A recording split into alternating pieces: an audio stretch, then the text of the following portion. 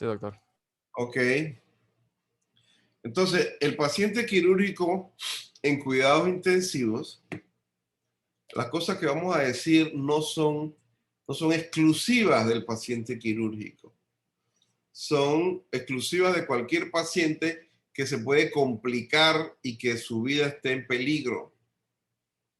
Ahí están viendo un paciente que se está intubando. Bueno, eso es la máxima urgencia que usted puede enfrentarse antes que el paciente nos haga un paro cardíaco. En verdad, la mayor urgencia es el paro cardíaco. Y antes de eso, el paciente que te haga una falla respiratoria y que tú tengas que intubarlo, porque si no lo intubas, viene lo que es la cascada de eventos que van a acabar con la vida de ese paciente, porque te hace una desaturación, hipoxemia, hipercapnia, taquicardia, bradicardia, fibrilación ventricular y ya paro cardíaco. Entonces usted tiene que aprender a intubar, tienen que practicar con maniquíes, tienen que tomar cursos para eso. Y bueno, antes para nosotros era mucho más fácil, ahora es mucho más difícil.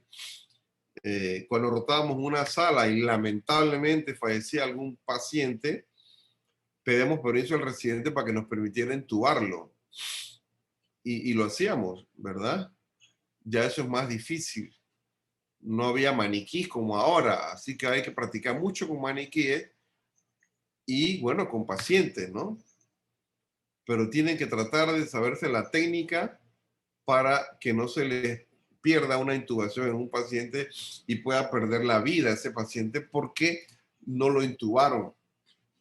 Es más, hay pacientes que si tú le das una buena hiperextensión y le haces un buen sello con un ambú, un oxígeno con un reservorio, aquí en la cara y una buena hiperextensión, dando una buena cantidad de respiraciones con la bolsa máscara, tú puedes lograr una óptima saturación del paciente hasta que llegue un anestesiólogo o alguien experto que lo pueda intubar también, ¿no? Así que no se olviden de esa parte, de que pueden mantenerlo vivo dándole respiración con bolsa máscara también. Y eso se da en el curso BLS, acuérdense, y el ACLS también. La razón es más frecuente por la cual los pacientes necesitan manejo en cuidados intensivos. Ustedes pueden leerlas allí. Y la más frecuente, pues, es la falla respiratoria y la falla hemodinámica, ¿no? Entonces, falla respiratoria, pues, básicamente el sistema respiratorio no es capaz de mantener un intercambio gaseoso adecuado. Tengo saturación por debajo del 90%, tengo presión arterial de oxígeno por debajo de 60, aunque ya por debajo de 60 ya puedo estar hablando de una hipoxemia moderada o severa, ¿bien? Pero más o menos eso sería el marco, ¿no? Hay muchas razones para esto. Miren la tabla esta. Si consideramos el rango normal para presión arterial de oxígeno, 80-100, y de saturación, diría que arriba del 90%, arriba del 90% a 100, porque hay gente que tiene 92, 93% y están clínicamente bien. Y a la derecha ustedes van viendo cómo va bajando y ya se considera, pues acá tenemos una hipoxemia moderada a severa y acá hipoxemia severa, ¿no? Presión arterial de oxígeno menor de 40 y saturación de oxígeno menor de 75%. Entonces vamos a utilizar estos números para efecto de examen, los números de esta tabla, ¿ok? Recuerden también que la presión arterial de oxígeno tiene relación con la edad y si la persona está en supino, boca arriba o está de pie. Lo cierto es que a medida que envejecemos, la presión arterial de oxígeno cae. ¿Ok? Entonces son datos que les pueden ayudar, ¿no? Entonces tenemos el síndrome en el cual el aparato respiratorio falla en una o ambas de sus funciones del intercambio gaseoso. ¿Cuáles son? Oxigenación y eliminación del dióxido de carbono. Entonces yo no necesito esperar gases arteriales para decir que el paciente tiene falla respiratoria, solamente viéndolo cómo respira, con mucho trabajo respiratorio, una frecuencia respiratoria mayor de 30, muy taquipnéico, mucho esfuerzo. Es un dato clínico que yo estoy viendo, este paciente necesita ayuda. No tengo que esperar gases arteriales para confirmarlo. ¿Sí? Los gases arteriales te ayudan, pero la clínica manda. Ah, no, que el paciente está respirando bien y está cómodo y la saturación me dice que está en 89%. Bueno, ahí los gases arteriales sí me pueden ayudar para tener una mejor clasificación de qué tipo de falla respiratoria podría tener con ese paciente, ¿no? Lo mismo, inhabilidad del sistema respiratorio para satisfacer las demandas metabólicas del cuerpo y que se manifieste usualmente como hipoxemia o como hipercapnia. ¿Mm? O ambas. Usted ya se sabe en esto, la hemoglobina, el oxígeno, cómo viaja, eso ustedes ya se lo saben. También deben saber que a medida que aumentamos en altura a nivel del mar, aumentamos la altura y la presión atmosférica cae. Al caer la presión atmosférica, según esta ecuación que ustedes recordarán, entonces disminuye la presión alveolar de oxígeno. Y al disminuir la presión alveolar de oxígeno, entonces la persona que no está adaptada, que no está acostumbrada, va a sentir hipoxia, va a sentir falta de aire. He tenido colegas que la vez que fuimos a La Paz, en Bolivia, 3.500 metros de altura, subían escaleras y quedaban disneyco. Es más, lo pueden sentir también en Bogotá. Suben una escalera de 10 escalones para que vean cómo se sienten. Ahora imagínense en La Paz. Entonces, todos esos sitios de altura, si van por primera vez, caminen con calma, no se esfuercen mucho. Cuando vayan a Cusco, tienen que tomar mate de coca. En la entrada de los hoteles hay mate de coca y luego te acuestas 2 horas. Eso para evitar el edema cerebral. Porque si no lo haces, te va a dar náuseas, vómitos por el edema cerebral y perdiste el paseo, perdiste tu plata, como le ha pasado a muchos. Entonces, los indios allá saben, los lugareños saben que la recomendación es esa. Entonces, hay que hacerles caso, ellos son los expertos. Entonces, a medida que aumentas en altura, tengo menor presión arterial alveolar y por tanto arterial de oxígeno. Recuerden esta ecuación, cómo el oxígeno va disminuyendo su concentración desde el ambiente hasta llegar a la mitocondria. En la mitocondria tenemos concentración de 5 milímetros de mercurio de oxígeno, suficiente para la cadena respiratoria, ¿no? Y luego el CO2 y la producción que se da. Y aquí en este sitio, que es la unión de la membrana alveolo-capilar, es donde se dan gran parte de las patologías, más si estamos hablando de distrés respiratorio agudo, ¿eh? Entonces vamos a repasar las causas más frecuentes de fallas respiratorias. Falla respiratoria tipo 1, que es la hipóxica, por falta de oxígeno. Ven ustedes neoplasias, infecciones pulmonares de todo tipo, trauma y por supuesto distrés respiratorio agudo. Ahora veremos algo más de esto. Esta es la placa blanca usual de un paciente con distrés respiratorio agudo. Bueno, los pacientes con COVID tienen distrés respiratorio severo, agudo, y no tienen la placa blanca inicialmente. Esto aparece después. Otros ejemplos de falla respiratoria tipo 1, miren. Embolias pulmonares, asma, broncoespasmo, falla cardíaca, cirugías de tórax. Tipo 2 ya hay elevación del CO2. El drive respiratorio se reduce y el paciente no puede eliminar el CO2. Por alteraciones neurológicas, tumores cerebrales, trauma craneoencefálico, hemorragia cerebral, infección del sistema nervioso central, drogas depresoras del sistema nervioso central, pacientes que lo operan y no le revierten adecuadamente la anestesia.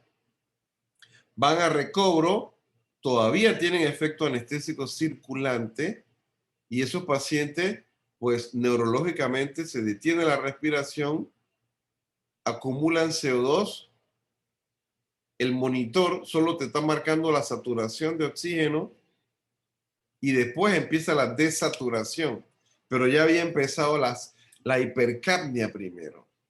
Mixedema, acuérdense que esta señora tiene un mixedema severo, es por hipotiroidismo severo, es la expresión más severa del hipotiroidismo, el mixedema, apnea del sueño, trastornos metabólicos. Acuérdense que en esta bomba ventilatoria hay una situación en la cual falla el centro respiratorio en los receptores centrales. Y acá es en los receptores periféricos, la respuesta no es la misma. Entonces, de un lado tengo aquel que no quiere respirar y el otro que no puede respirar. En esto de falla respiratoria es crucial que se aprendan, que recuerden, que dominen la escala de coma de Glasgow. Porque todo paciente que le da 8 o menos, tienen que intubarlo, tienen que protegerle la vía aérea. Pero si ustedes no se saben la escala de Glasgow, van a decir que este paciente tiene 9 y no lo intuban, o tiene 10 y no hay que preocuparse por intubarlo, pero en verdad tiene 8 o en verdad tiene 7. Entonces traten de afinar su diagnóstico en cuanto al uso de la escala de Glasgow para que no se les vaya a nadie, no se les escape nadie que en verdad sí requería intubación porque tiene un Glasgow de 8 o menos, ¿no? Miren, falla tipo 2, hipercápnica, trauma, lesiones medulares, fracturas, mielitis transversa, toda una serie de patologías neurológicas pueden llevarles a hipercapnia. Todo lo que es obstrucciones de la vía aérea, todo eso te puede llevar a tipo 2, a hipercapnia, incluyendo quemaduras, pacientes que llegan con quemaduras que han inhalado gases calientes. Los gases calientes edematizan mucho la vía aérea. Y si es una quemadura, le vas a poner más líquido, gran parte de ese líquido también se acumula ahí. Entonces vas a tener un gran edema en la vía aérea, que ese paciente cuando lo vas a querer intubar no vas a poder. Se ha perdido la anatomía. Entonces estos pacientes con quemaduras de vía aérea deben ser intubados tempranamente. Se llama intubación profiláctica, porque después, por el edema que va a ocurrir, no eres capaz de diferenciar la anatomía y el paciente se te puede morir cuando ya decidiste tardíamente intubarlo.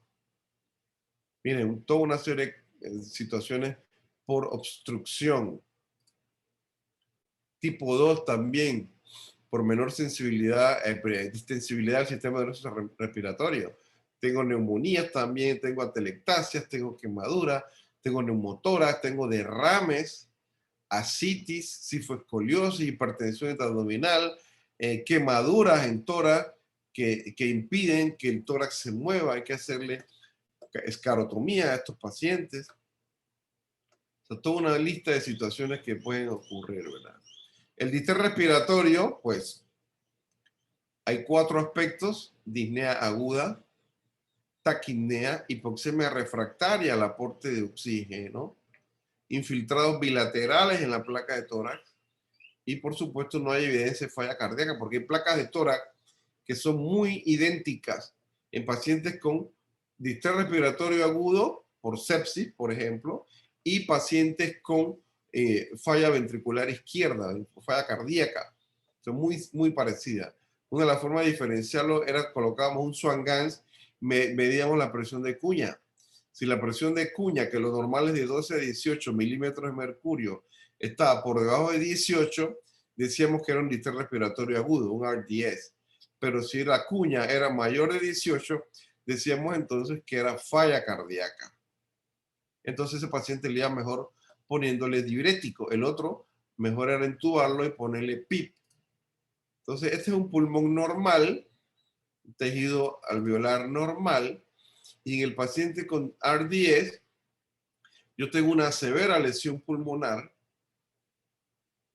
aguda caracterizada por gran inflamación que aumenta la permeabilidad endotelial y epitelial. resultando en exudado alveolar inflamatorio, proteináceo, es decir, proteínas al espacio alveolar, inactivación del surfactante. Recuerden que el surfactante impide la telectasia de los alveolos, hay fibrosis progresivamente, hay hipoxemia refractaria. Esto no mejora aumentando el FiO2 o la fracción inspirada de oxígeno de 40% a 50, 60, no. Hay que ponerle presión, o sea, PIP, presión positiva al final de la expiración. Hay atelectasias y, por supuesto, una rigidez pulmonar progresiva. En esta imagen se ve más claro a la izquierda lo que sería la relación alveolo capilar normal, miren, y a la derecha todo lo anormal que se da en el paciente con distrés respiratorio agudo, una gran inflamación sistémica, una gran participación de citoquinas, de células, de neutrófilos, de proteasa, fíjense, depósitos de colágeno, hay un engrosamiento de la membrana alveolo capilar, hay un depósito aquí de la membrana hialina, esto en rosado, hay un exudado proteináceo dentro del alveolo, hay una inundación de líquido y todo eso se convierte en una respuesta inflamatoria en los tres sitios, en el alveolo, dentro del pulmón, en el tejido que está entre el alveolo y el capilar y en el propio capilar. Entonces todo esto en verdad funciona como obstáculos para que el oxígeno pueda cruzar por aquí y llegar al capilar donde está el glóbulo rojo y la hemoglobina. Entonces, la única forma de tratar de lograr esto, de vencer estos obstáculos, es poniéndole PIP al paciente, poniéndole presión positiva al final de la expiración. Pero todos estos sitios van apareciendo en la placa de tórax como infiltrados en parches, como parches blancos que vamos viendo en la radiografía de tórax. Miren esto, ¿eh?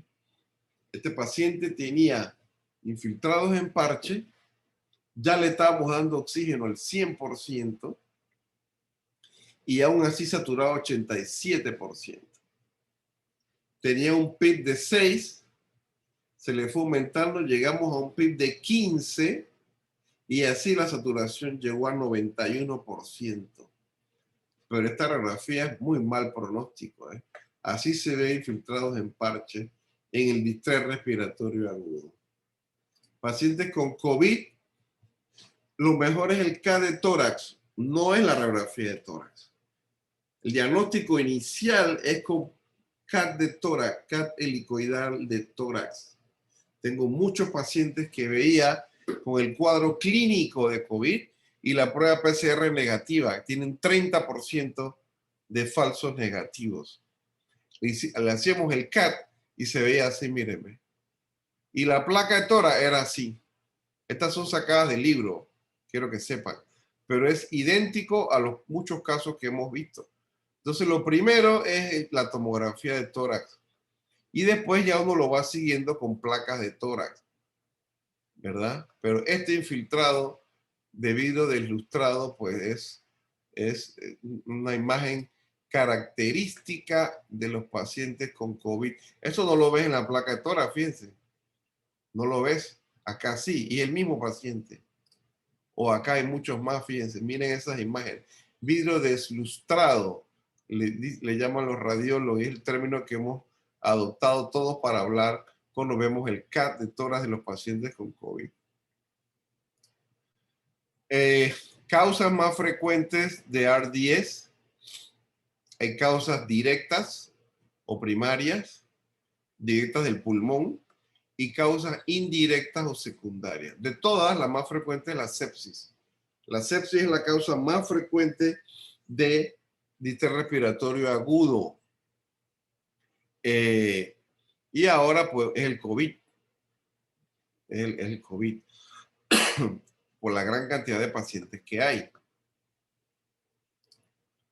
Entonces, cuando yo tengo un paciente con falla respiratoria, ese sería el orden de manejo que ustedes deben seguir. Evaluar al paciente, tratar de identificar la causa, gases arteriales, saturación, placa tórax. Respaldo yo diría 45 grados, ponerle oxígeno suplementario con una cánula de oxígeno o con máscara de oxígeno. Ver la ocultación, ¿será que hay que ponerle broncodilatadores? anticolinérgicos, sulfato de magnesio, corticoides, expectorantes. Ve una serie de medicamentos que tal vez puedan ayudar. No mejora, entonces podemos usar el alto flujo, que es una cánula que se coloca en las fosas nasales y le da un alto flujo de oxígeno al paciente, y esto ha evitado muchísimas intubaciones en pacientes COVID. Los neumólogos manejan muy bien esto, nosotros también, pero a nuestros pacientes ya muchos llegan intubados, pero esto ha evitado muchas intubaciones en muchos pacientes. Luego, ventilación no invasiva, que es una máscara que va pegada a la cara del paciente, que lo ayuda a ventilar, a veces puede ser suficiente. Y bueno, esto si va fracasando, uno va pasando al punto siguiente y ya habría que hacer intubación endotraqueal. Y por supuesto, colocar al paciente en ventilación mecánica invasiva. Eso depende de cómo esté el paciente. Hay pacientes que uno se encuentra por primera vez y están tan mal respirando que uno no piensa en otra cosa que intubarlo. Y el primer paso es intubación. Repito, depende cómo esté la clínica del paciente. Usted toma cuál es la mejor decisión, o si vas en este orden de acuerdo a cómo esté el paciente. Indicaciones, tienen que sabérselas. En resumen, todo paciente que tenga falla respiratoria aguda requiere intubación endotraqueal, la mayoría de ellos. Cuando ya desaparece la falla respiratoria aguda o la causa que llevó a la intubación, entonces yo puedo pensar en que ya puedo empezar a destetar al paciente para extubarlo. Recordar que un paciente en supino, la lengua obstruye, y más si está inconsciente. Entonces impide una adecuada respiración. Si yo voy a intubar a un paciente, recuerden que tengo que alinear los tres ejes: el eje de la boca, el eje F de la faringe y el eje L de la laringe. Aquí está, aquí estoy haciendo la hiperextensión y acá finalmente tengo los tres ejes. En una sola línea veo las cuerdas vocales y ahora sí puedo meter el tubo endotraqueal.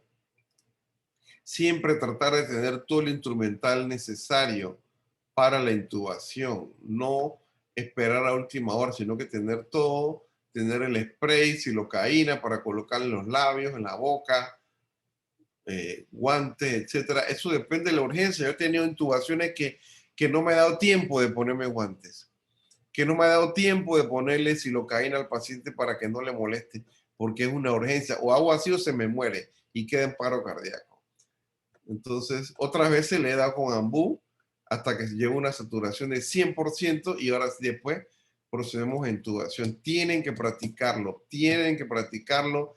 Miren que todos usan con la mano izquierda, agarran el laringoscopio a la cabecera del paciente y con la mano derecha van metiendo el tubo. Con el laringoscopio ustedes van avanzando la hoja del laringoscopio hacia adentro y hacia la derecha para desplazar la lengua hacia la derecha y tener una visión más clara de las cuerdas vocales.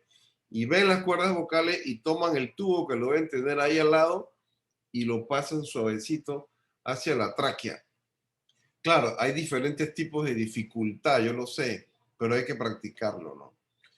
No ocurra como este señor que lo intubaron y que ven ahí. Alguien que me diga algo. ¿Qué les parece? Telectasia izquierda. ¿Por qué? Em, bueno, además del, ¿cómo se llama? De que está bastante asociado, si no me equivoco, de neumo, eh, como complicación de una intubación, la telectasia, por los hallazgos radiográficos, eh, no hay como una continuación del bronquio después de la tráquea. Eh, También el hecho de la radiopacidad está en todo el pulmón. Esto no es un derrame pleural. Bueno, doctor, por lo menos lo que puedo ver en la radiografía es que se nota cómo está el tubo de el tubo prácticamente en todo el pulmón izquierdo, sobre todo el pulmón izquierdo. Entonces, en ese caso, si no utilizó, no hizo el adecuado movimiento, lo que sucedió fue que el tubo perforó el pulmón. Probablemente eso fue lo que yo podría pensar en este caso. ¿Te parece que perforó el pulmón? Yo creo que intubó mal y entonces intubó más hacia el bronquio derecho. Hay como una hiperlucencia, entonces como está más, hay más aire. Ujú.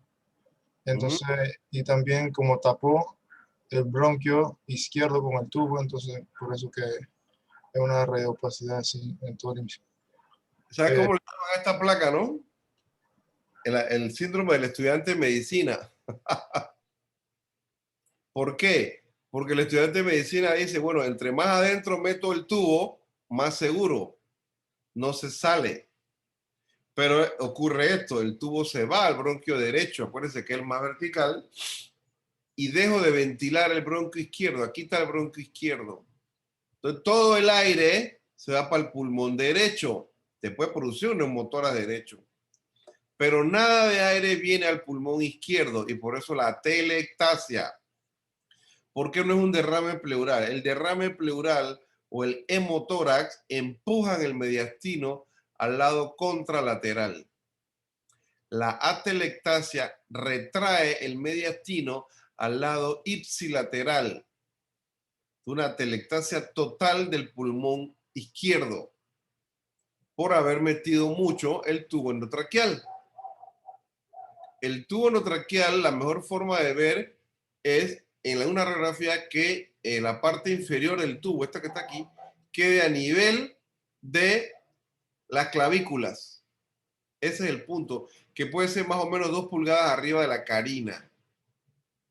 Entonces, ¿qué hacemos en este caso? Bueno, lo retiramos hasta aquí y seguimos dando ventilación normal. Y más o menos en 6 horas se toma otra placa y ya tiene que haber abierto el pulmón izquierdo. A veces hasta 24 horas, ¿no? Pero esa es la consecuencia de meter el tubo muy adentro. A veces se puede mover el tubo también si uno no lo fija adecuadamente. ¿Ok? Bueno, eso con respecto a falla respiratoria. Esto con respecto a falla hemodinámica. ¿Qué les parece?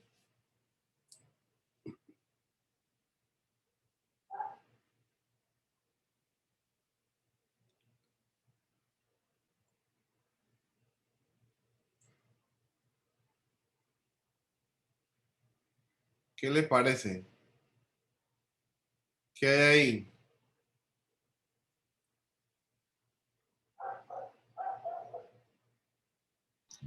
No sé si estoy mal, pero ok, tengo que responder en base a lo que usted acaba de preguntar o la pregunta que está ahí.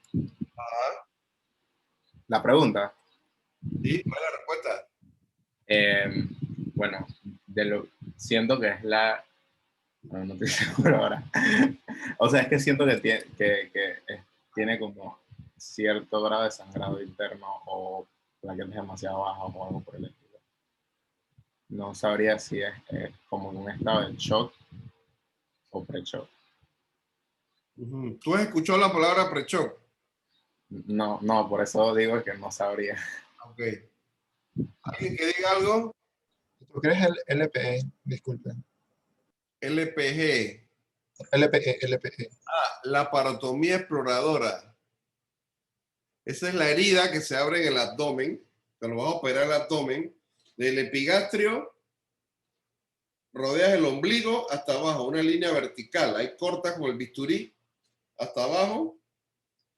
Puede ser una laparotomía superior, que es solamente de epigastrio a ombligo, o puede ser inferior, del ombligo al pubis, o puede ser total, del epigastrio hasta el pubis. Cortas piel, grasa, fascia, músculo, peritoneo y ya estás en cavidad abdominal. Dame un segundo que tengo que contestar esta llamada. Dame un segundo, espérate. ¿Sí, buenas?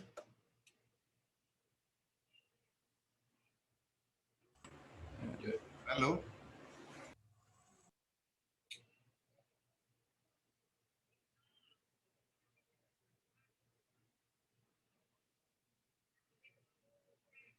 Aumentar el PIB.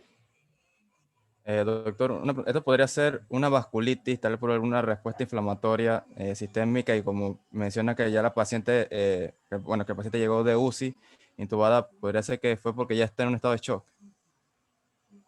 O sea, esa imagen nunca la han visto en la piel. El lívido reticularis. Ajá. Eso también se le llama lívido reticularis y es por shock. Entonces, ¿cómo tú explicas un shock con esta presión arterial? Sencillo, porque el shock no está en la presión arterial, el shock está en el tejido. Y mira que el lactato está en 8.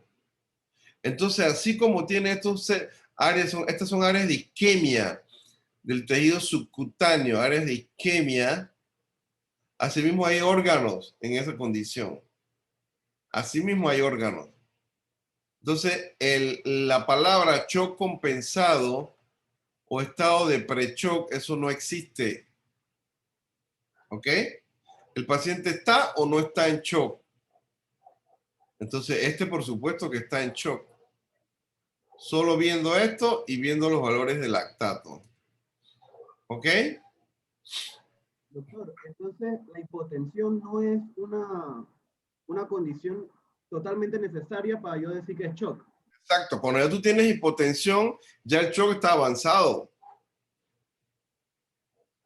Ya el shock está avanzado. Claro que también puedes tener pacientes que lo primero que te presentan es hipotensión y taquicardia, pero eso no es siempre. Con un lactato en 8 y esta imagen en piel, el paciente está en shock sin lugar a duda, aunque tengas presión normal. ¿Ok?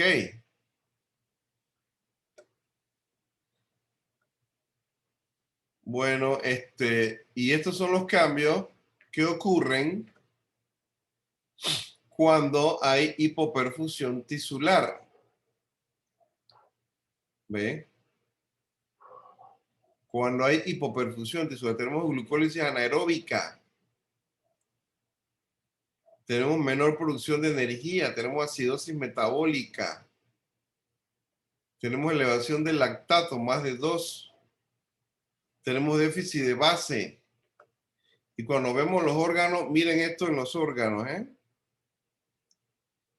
En cada órgano.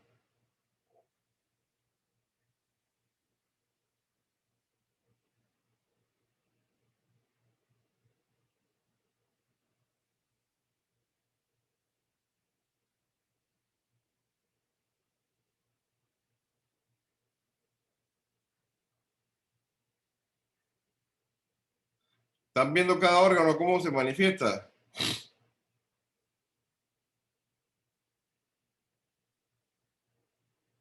Sí, doctor.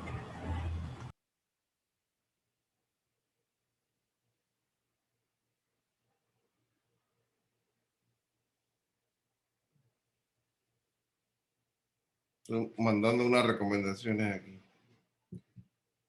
Entonces, cada órgano va ocurriendo lo mismo que ustedes ven en esta piel, así. Son isquemia que se va dando en cada uno de los órganos: cerebro, corazón, pulmón, hígado, riñón, intestino, médula ósea, piel, etcétera, ¿no?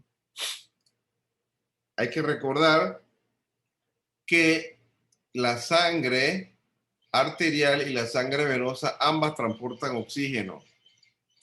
Entonces llamamos contenido arterial de oxígeno a, esto está mal escrito aquí, la sangre lleva oxígeno de 2 formas: oxígeno unido a la hemoglobina y oxígeno como gas libre. 1 gramo de hemoglobina saturado al 100% transporta 1.34 cc de oxígeno.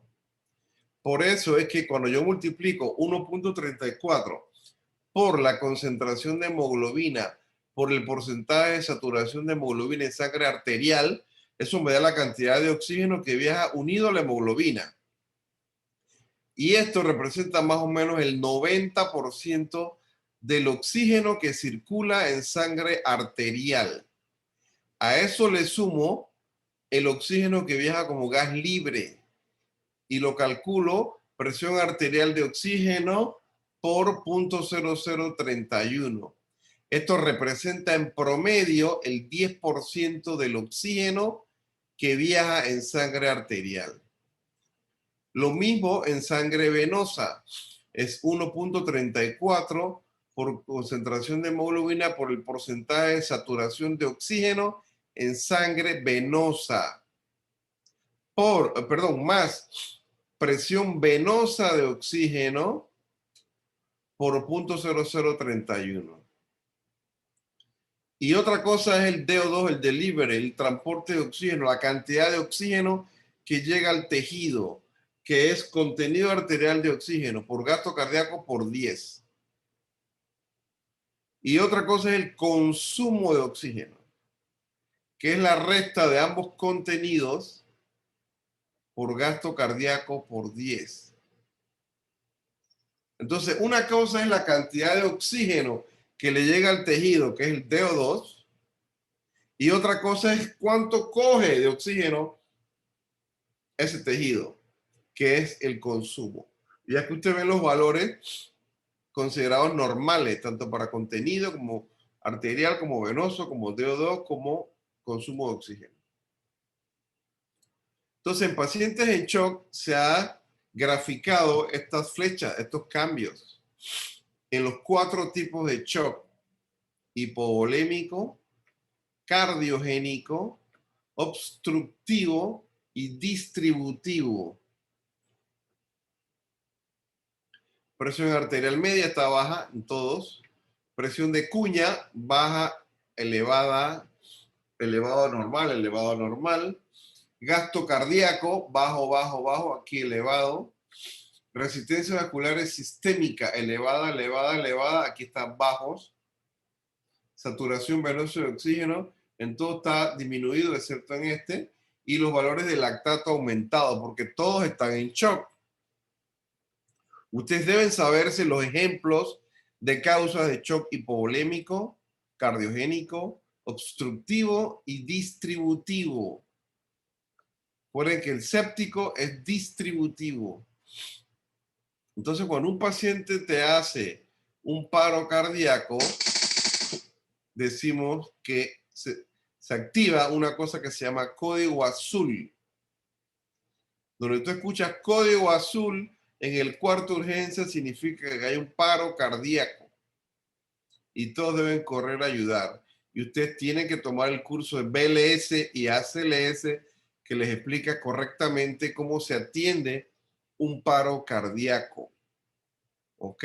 Acuérdense que estamos hablando de asistolia o actividad eléctrica sin pulso o taquicardia ventricular sin pulso o fibrilación ventricular. Manifestaciones intraabdominales de shock, pues la principal es oliguria. Oliguria es la principal, todas las demás vienen después. Isquemia hepática, elevación de transaminasas arriba de 1000 aproximadamente. Causa de shock hipovolémico, todo lo que tiene que ver con pérdida de volumen, fíjense. Shock cardiogénico, el corazón no puede contraerse adecuadamente, no lanza sangre adecuadamente. Shock obstructivo, algo impide la salida de sangre del corazón. Shock distributivo, hay una gran vasodilatación periférica. Sepsis, shock séptico, anafilaxis, shock neurogénico. Acuérdense que el shock neurogénico es el único shock que produce bradicardia. La tríada del shock neurogénico es bradicardia, hipotensión e hipotermia. Insuficiencia suprarrenal aguda, pacientes que tomaban corticoide y súbitamente lo suspendieron. También es shock distributivo. Entonces, esta es la ecuación que me mantiene la presión arterial de la multiplicación del gasto cardíaco por resistencia sistémica. Y que el volumen sistólico por frecuencia cardíaca me da gasto cardíaco. y que las 3 de abajo influyen en el volumen sistólico, si es la precarga, la poscarga o la contractilidad. ¿Ok? Tienen los ejemplos que me pueden llevar a cada uno de estos. Nosotros medimos la presión arterial comúnmente como un manguito en el brazo, pero en pacientes en shock no es tan sensible y tenemos que usar una línea arterial, colocar una línea arterial a nivel radial o a nivel femoral. Lo ideal es que sea radial. Esta publicación es de 1967. Desde el año 67 ya está claro que pacientes en shock es muy difícil monitorearle la presión arterial con un manguito de presión. Tiene que ser con una línea arterial de manera invasiva. Y que la circunferencia sea más o menos el 40% de la circunferencia del paciente. Porque si está muy arriba, muy abajo, el valor de la presión arterial no es el correcto. ¿Ve? Entonces el ancho del esfingomanómetro es muy importante. Línea arterial radial es un monitoreo continuo de la presión arterial. Obviamente requiere un monitor, ¿no? La curva, ¿cómo se ve? Esta sería la curva cuando usted coloca el catéter en la arteria radial. Esta cuando se coloca femoral.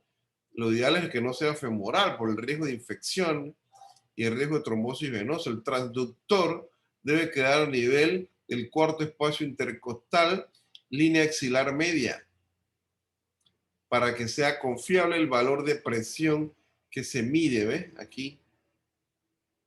Y sea confiable el valor de presión arterial que corresponda.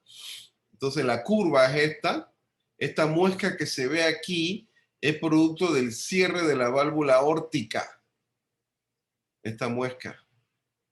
Esto, como está muy grande, se considera subamortiguado y cuando está así casi aplanado, sobreamortiguado. Debe verse así. Vamos más rápido. Por supuesto que hay complicaciones de la línea arterial. Isquemia es una de las más temidas. Hay personas que solo tienen una línea radial, no tienen la cubital. Y si la obstruye con un catéter, pues es peligroso, ¿no? Puede llevar a isquemia de la mano. ¿Qué significa la presión arterial sistólica? La diastólica y la media. Vean ustedes que tiene un significado diferente cada una. ¿Eh? La presión venosa central, que la mido con un catéter en el atrio derecho. Ahí yo puedo medir cómo está el volumen diastólico final. Y si le pongo una carga de líquidos, debe aumentar el volumen diastólico final. Vean ustedes, de izquierda a derecha. O acá. Pero si se eleva mucho la presión, indica que ese ventrículo está deficiente. Eso es como se llama un reto de volumen, fíjense. Le pasas al paciente 250 cc de salina de lactato y ves cómo cambia la presión venosa central. Si solamente aumentó 3 milímetros, o sea que tenía 7 y aumentó a 10, ese paciente está hipovolémico todavía. O si aumentó entre 3 a 5, se considera que no necesita volumen. Y si aumentó mucho, mucho más, entonces el paciente está hipervolémico y él no necesitaría más volumen para subir su presión. Necesitaría vasopresores. Lo más sensible es usar esta ecuación que nos las da una máquina, un aparato, donde se mide la presión sistólica máxima en inspiración y la presión sistólica mínima en expiración. Luego se hace esta ecuación para conocer la variación de presión de pulso. Y de acuerdo a eso, si el valor es mayor de 10%, al paciente hay que ponerle líquidos intravenosos. Si es menor de 10%, hay que ponerle vasopresor. Aquí está el vigileo. Y este número de aquí es la variabilidad de volumen sistólico. Miren que está en 8%. 8%, si tengo al paciente hipotenso, tengo que ponerle vasopresor, no líquido. Otra cosa es el reto de volumen con elevación pasiva de las extremidades inferiores. Cuando lo hago, le infundo al paciente 300 cc de sangre, pero estoy midiendo el gasto cardíaco. Si el gasto cardíaco aumenta en 10%, como aquí, indica que el paciente se beneficia del líquido. Pero si solo aumenta esto levemente, indica que el paciente no se beneficia del líquido.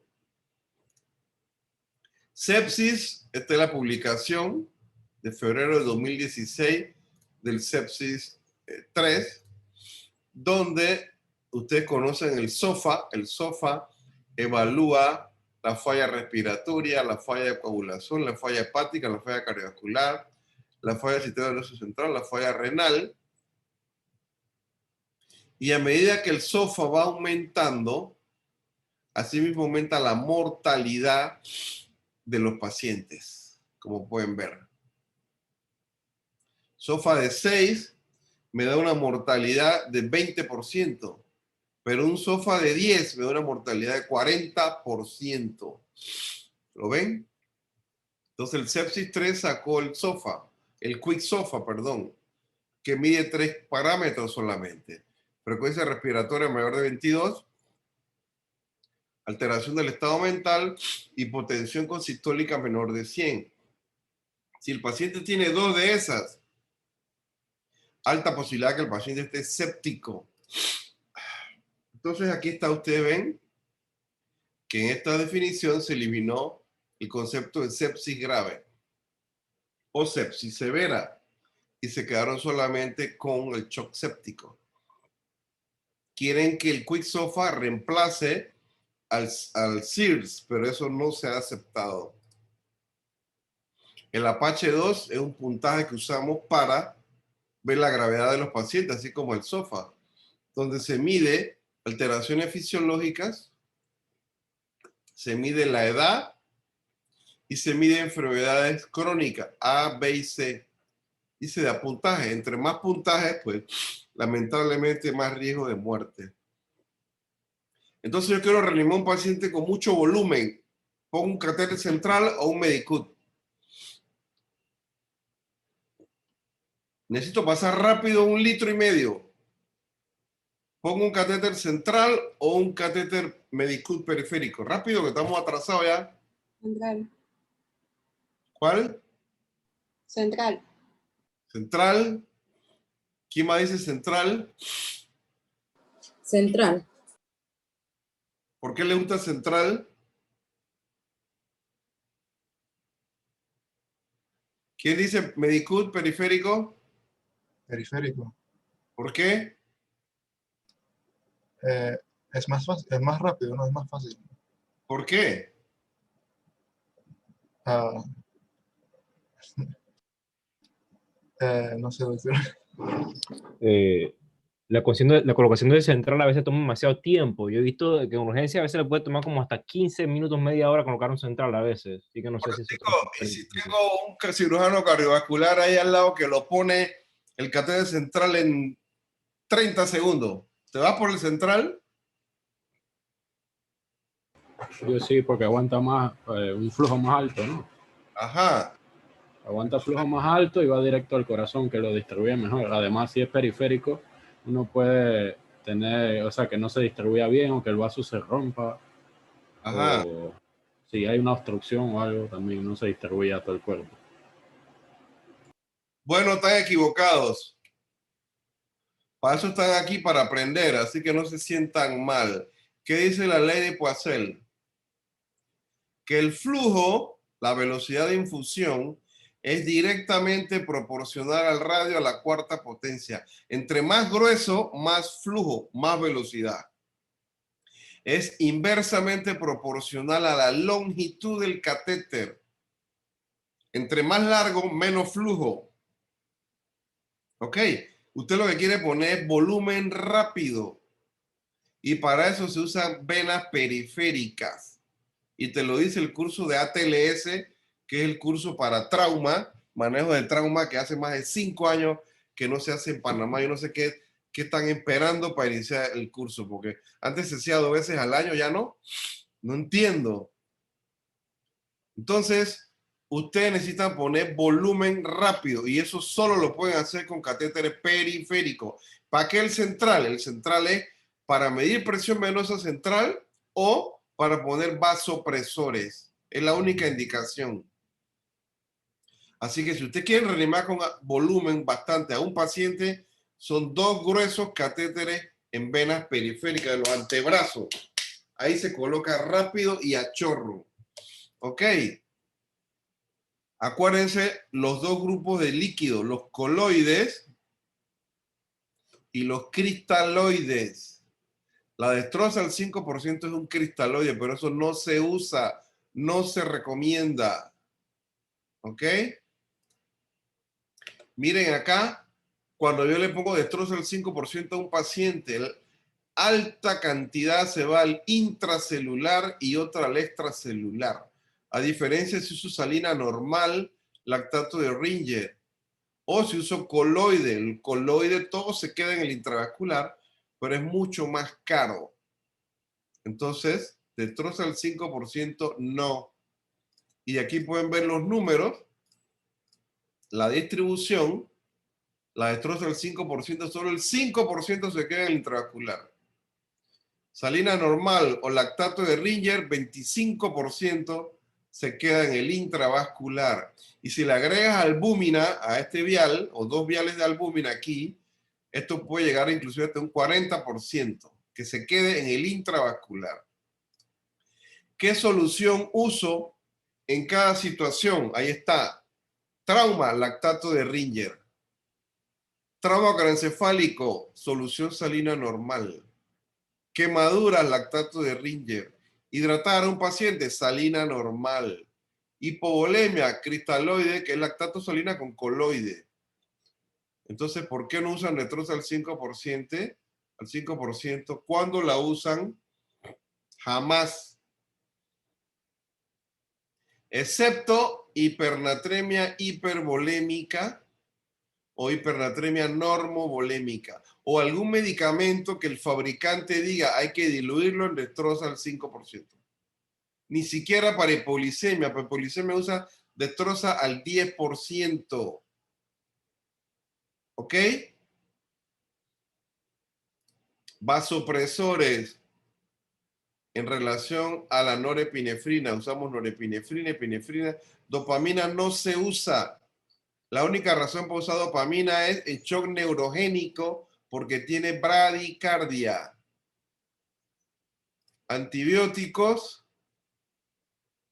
entre más te atrasas en poner el antibiótico al paciente, más aumenta la progresión del shock séptico. Es la columna en negro, miren.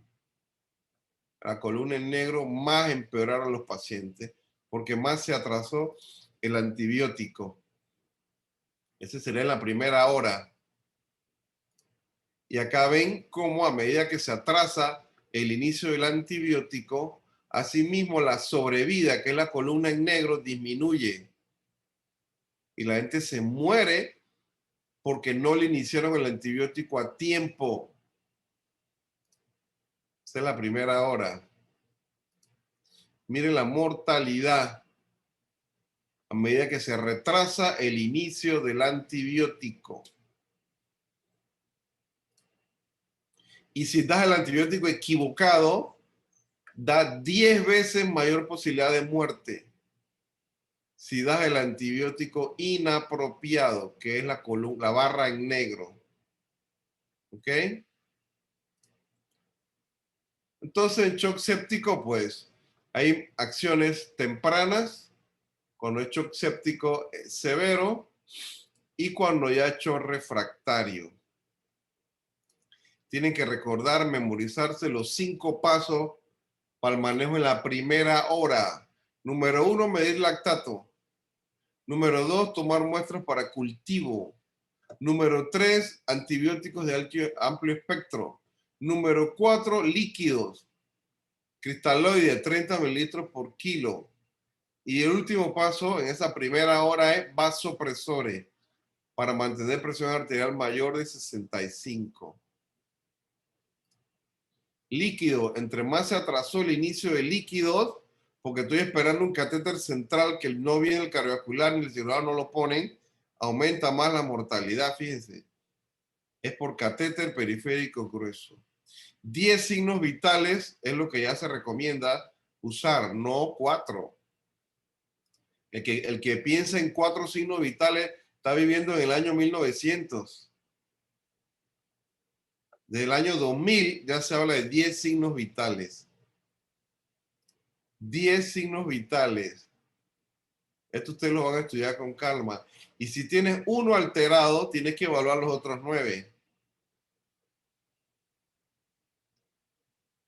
Entonces, ¿quién inicia la atención del paciente grave? El médico tratante. ¿Dónde? Donde está el paciente. Ahí se inicia. Y hay que empoderarse del tema. Para eso hay que estudiar y estar seguro de lo que sabes para tomar las mejores decisiones. Y los paros cardíacos, que son los que te llevan a código azul, están precedidos por alteraciones de la perfusión en alto porcentaje. Entonces el código azul es por paro cardíaco. Pero antes de eso hay unas alteraciones de hipoperfusión que se pueden resolver con los equipos de respuesta rápida intrahospitalarios. Ya estamos acabando ya. Esto ustedes la estudian.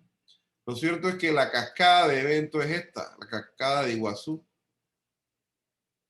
Cuando ya la persona llega al borde de la cascada, ya lo que viene es el paro cardíaco, el código azul. Entonces hay que tratar de intervenir aquí con equipos de respuesta rápida para mejorar el transporte de oxígeno y que no se dé el paro cardíaco.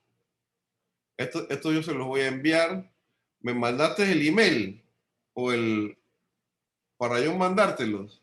Es más frecuente que lleven al paciente a UCI. Es necesario lograr un diagnóstico de tratamientos tempranos. Es preciso tener claras las manifestaciones clínicas de los diferentes estados de hipoperfusión y shock. Y recordar los cambios en SIRS, sepsis, shock séptico y, por supuesto, aplicar los 10 signos vitales que hemos mencionado. Esto es una lucha constante, ¿no? Ahorita. Constante. ¿Preguntas?